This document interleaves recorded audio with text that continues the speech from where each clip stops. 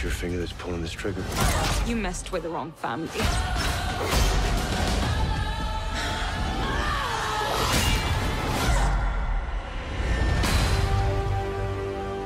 Welcome to Mojo the Movies. I'm Eric, and today I'm joined by Ricardo Tucci. How you doing, buddy? Fantastic. How are you? You know what? Your name just rolls off the tongue. I like to say that. Thank you. I appreciate that. So Ricky is one of our video game experts and also a movie buff, and we went to go see the new Tomb Raider movie last night.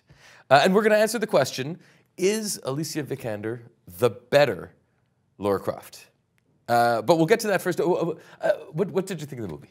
Well, Alicia Vikander is super likable as Lara Croft. I think she brings a lot of energy. She looked great in the role, but I feel like she had that thing where you want to keep watching her. Right. There's this magnetic quality. Yeah. Not to say that Angelina Jolie doesn't have a different kind of magnetic quality, but there's an approachability to her, there's a likability. Yeah. You know, early on in the movie, there's a scene where, you know, they're kind of setting her up as this kind of every woman type character, and at one point you leaned over and you're like, she's so easy to like. Yeah, definitely. She's definitely closer to reality than the previous portrayal of Lara Croft, which is this very rich, very posh kind of adventurer who is very over the top.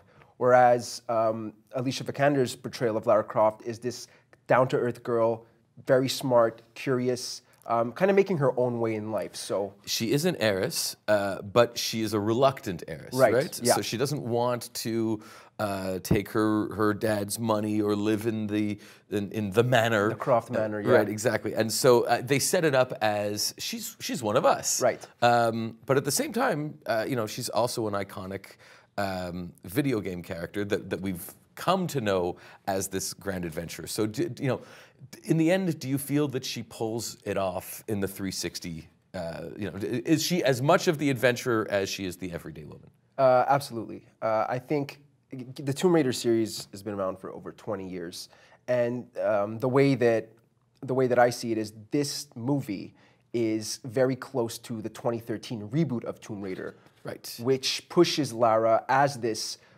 more personable, less, I would say, over-the-top adventurer who has this curiosity. She's more rugged, less sexualized than previous versions.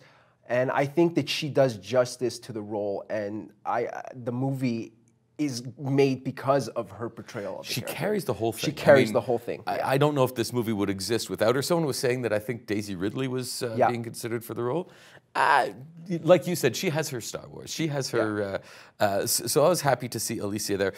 It's interesting because I read in The Hollywood Reporter an article about the origins of the sexualized nature of Lara Croft, and basically it says that, you know, the 1996 Tomb Raider console and PC games had overly exaggerated proportions, a cartoonish quality that its original developers said was the result of the restrictions posed by the 32-bit consoles. Oh yeah, that's super interesting. They were saying that long hair was difficult to get right in those early games, so you know, the developers amped up her breasts and hips in order to telegraph that she was a woman. And well, it worked. I mean, when Lara came out as a video game character in 1996 in her first appearance, every subsequent appearance after, she was on magazines with the big breasts and the short shorts and hypersexualized.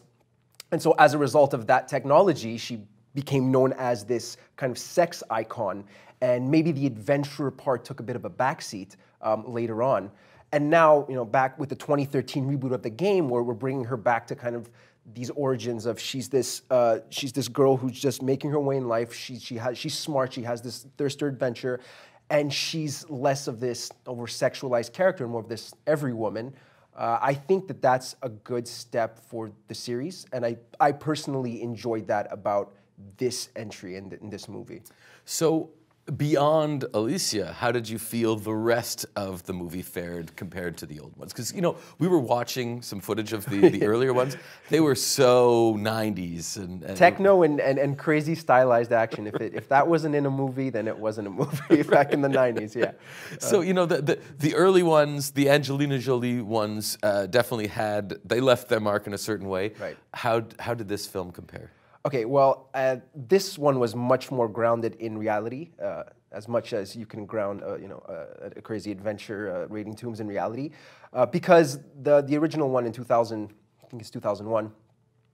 It had a lot of mystical elements to it. Right. And Lara was fighting these giant robots and these kind of like animated warriors made of stone, and so it was very fantastical and very video game-ish. Well, that's it. Was that closer to the DNA of the game? I would say it was closer to the DNA of the game, but it wasn't necessarily closer to something that would be believable or necessarily more enjoyable. It was just action-packed and had a lot of stuff going on, whereas I feel like this Tomb Raider really got down to, it was less fantastical, which made it more believable, which made the characters a bit more grounded. There was no Illuminati, which was kind of like the thing about the 2001 was like, okay, the Illuminati's the big thing now. They're these big bad guys. It's much more tame in that respect, and I think that it does a better job at making you believe that, okay, this is an explorer who stumbled upon this tomb, and there's this ancient curse. Do we know if there's really a curse? Is it just hearsay? It addresses that in a nice little plot twist. But I think it does a better job at grounding you in reality than the previous entries. But here's my complaint. The villain in this movie just seemed more utilitarian than anything else. Yeah. The danger, the challenges. I found this movie to be unchallenging. And as you went through it, I never felt that the stakes got very, it was never very, yes, there was lots of danger, but you never for a second wondered, is she going to make it through this? Yeah, she's going to be fine. Right. And she's super smart. She solves all of the puzzles that her dad leaves her, which most people would never ever be able to solve. But I mean, this is Lara Croft. That's part of the character. So I think that comes with video game territory. It's a game based on solving puzzles, raiding tombs, and so the character is assumed to have this knowledge and this ability, and you never really see it fostered other than through flashbacks of her as a kid. So, but if I were to, the other night I saw Raiders of the Lost Ark on TV, and I was reminded what a brilliant movie that is. Yeah. And that, to me, that sets the standard of what an adventure movie could be.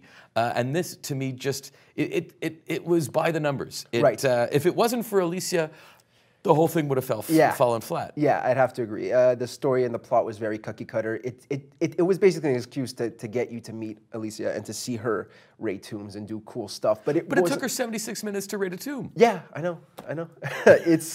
It moved really fast, and I think that's part of, again, this video game. The way video games are set up, where it's like you have this objective, you do this, you get here, you solve the crime, you beat the bad guy, and you move on, and they set up a sequel. Right, but what I'm saying is that it took 76 minutes before she entered her first tomb. Yeah. So I feel that they might have been better suited to get her into the tombs and get the action going.